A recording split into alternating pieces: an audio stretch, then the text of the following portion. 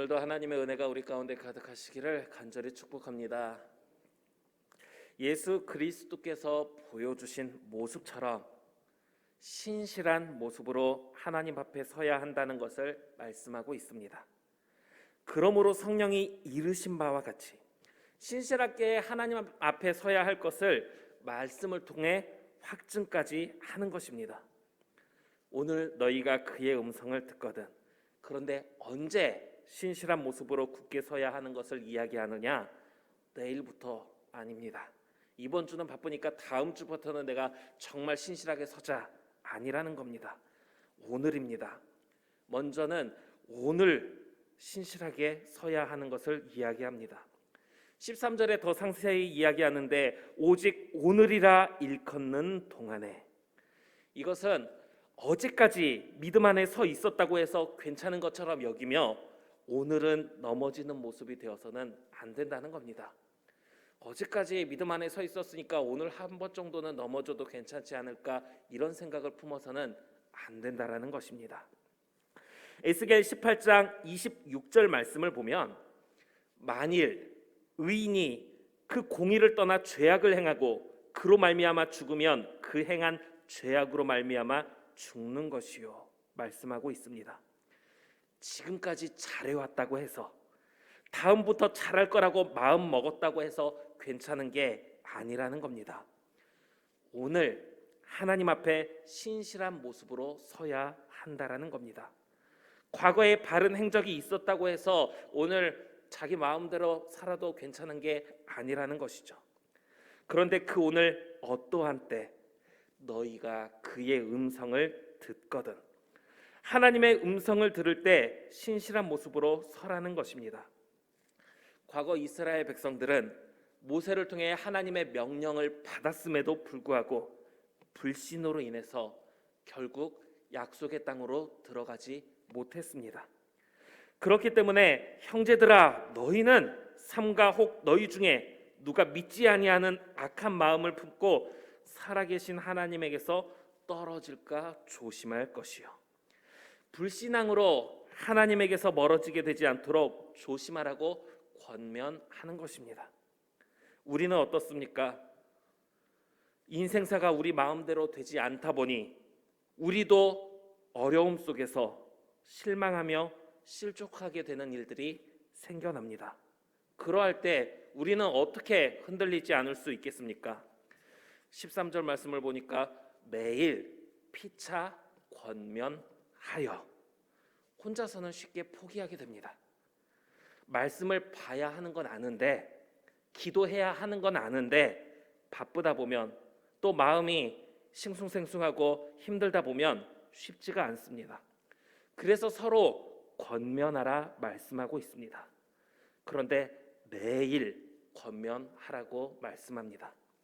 어제 넘어지려고 하는 사람을 내가 붙잡아서 권면하고 일으켜 세웠다 하더라도 오늘 또 다른 문제로 그 사람이 다시 한 번 더 넘어질 위기에 처할 수 있기 때문입니다. 내가 저 사람 어제 세웠으니 이제 별 문제 없겠지 하지만 오늘 또 살피지 않으면 다른 문제로 넘어질 수 있기 때문에 죄의 유혹으로 인해 완고하게 되지 않도록 권면하라는 겁니다. 매일 피차 권면하라는 것이죠. 그런데 내 모습이, 먼저 권면하는 내 모습이 바른 모습이 아닌 상태에서 다른 사람을 향해 권면한다면 어떻게 되겠습니까? 아마 그 권면을 듣는 사람은 자신을 향해 권면하는 사람을 향해서 너나 잘하지, 이런 마음을 품게 될지도 모릅니다. 그렇기 때문에 우리는 내가 먼저 믿음 안에 굳게 서야 합니다. 나는 믿음 안에 서지 않고 내 마음대로 행동하면서 다른 사람을 지적하면서 권면한다면 그 권면을 듣는 사람 입장에서는 이 권면이 바르게 와닿지 않게 되기 때문에 그렇습니다. 그렇기 때문에 내가 먼저 굳게 서야 하는데 나 또한 그렇게 되기 쉽지 않아서 내가 믿음 안에 굳건하게 설 수 있도록 들어야 합니다. 피차 권면하라는 것은, 그것은 나 혼자서 일방적으로 권면을 하는 게 아닙니다. 내가 믿음 안에 있으니까 나 혼자서 믿음 약한 사람들 향해 계속 권면하는 게 아니라 나조차도 믿음 안에 굳건하게 서지 못하고 흔들릴 위험에 있다는 것을 분명하게 인지하는 상태로 나 또한 필요에 따라서 권면을 들어야 하는 겁니다. 누군가가 내게 하는 권면을 기분 나쁘게 여기기보다 나의 부족한 부분을 바꿀 수 있는 귀한 시간으로 여기고, 또 연약한 가운데 있는 사람들을 향해 바르게 권면하여서 서로 일으켜주고 세워줄 수 있는 저와 우리 계림교회 모든 성도님들 될 수 있기를 간절히 바랍니다. 14절 말씀을 이제 또 세 번역으로 보면 좀 이해하기 쉬운데, 우리가 처음 믿을 때에 가졌던 확신을 끝까지 가지고 있으면 우리는 그리스도께서 주시는 구원을 함께 누리는 사람이 될 것입니다. 처음 믿을 때 가졌던 확신, 이 안에서 흔들리지 않는다면 그리스도께서 주시는 구원을 함께 누리게 된다는 것입니다. 중간에 포기하지 말라는 겁니다. 어제까지 잘해왔기 때문에 이제는 괜찮지 하는 안일한 생각을 갖지 말고, 흔들리지 말고 약해지지 말라는 겁니다.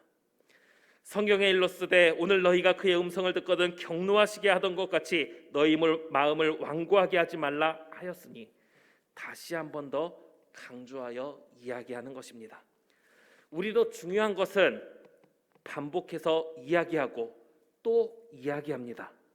하나님 앞에서 신실한 모습으로 서면 좋을 텐데 서기를 바랍니다 하고 끝나는 것이 아니라 꼭 그러한 삶이 되도록 재차 이야기하는 것입니다. 듣고 경노하시게 하던 자가 누구냐? 하나님의 말씀을 듣고도 순종하지 않은 사람들이었는데 하나님이 누구에게 맹세하사 그의 안식에 들어오지 못하리라 하셨느냐? 바로 이 순종하지 않은 자들에게 안식에 들어가지 못하게 하지 않으셨느냐? 하나님의 말씀을 듣고도 믿음이 없어 말씀대로 살지 못하고 세상에 매여 살려는 이들에게 믿음이 없어 신실하게 하나님을 따르지 못한 과거 이스라엘 백성들처럼 되어서는 안 된다 하는 것을 권면하고 있는 것입니다. 사랑하는 우리 계림교회 성도 여러분, 우리 삶에 힘들고 어려운 상황이 없을 수는 없겠지만 그 모든 것을 다 아시는 하나님께서는 결코 우리를 향해 알아서 잘 참고 견뎌라 이렇게 말씀하지 않으십니다. 고린도전서 10장 13절 말씀을 보면 사람이 감당할 시험 밖에는 너희에게 당한 것이 없나니 오직 하나님은 미쁘사 너희가 감당하지 못할 시험 당함을 허락하지 아니하시고 시험 당할 즈음에 또한 피할 길을 내사 너희로 능히 감당하게 하시느니라. 감당할 시험만 주시며 피할 길까지 주신다고 말씀하고 있습니다. 시편 138편 3절 말씀을 보면 다윗은 내가 간구하는 날에 주께서 응답하시고 내 영혼에 힘을 주어 나를 강하게 하셨나이다. 하나님께 간구할 때 하나님께서 자신에게 힘을 주어 강하게 하셨다라고 다윗은 고백합니다. 오늘 하나님의 말씀이 우리 앞에 있습니다. 성경을 통해 눈으로 보고 말씀을 통해 귀로 듣고 있습니다. 우리 앞에 일어나는 여러 가지 일들로 인해 절망하며 낙심하지 마시고 우리가 감당할 정도의 일만 주시며 피할 길도 주신다는 사실을 기억할 수 있기 바랍니다. 그리고 이러한 믿음으로 다윗처럼 간구하며 하나님의 응답하심을 받아서 더욱더 믿음 앞에 설 수 있는 저와 우리 성도님들 되시기를 간절히 바랍니다. 모든 일들 앞에서 흔들리지 마시고 지금까지 잘 버텨왔다면 이제는 됐겠지가 아니라 마지막 순간까지 하나님께서 우리에게 주신 생명의 순간, 그 마지막이 닿을 때까지 이 믿음 안에서 신실한 모습으로 하나님의 기쁨이 되는 삶을 살아갈 수 있는 저와 우리 모든 성도님들 될 수 있기를 간절히 빌고 원합니다.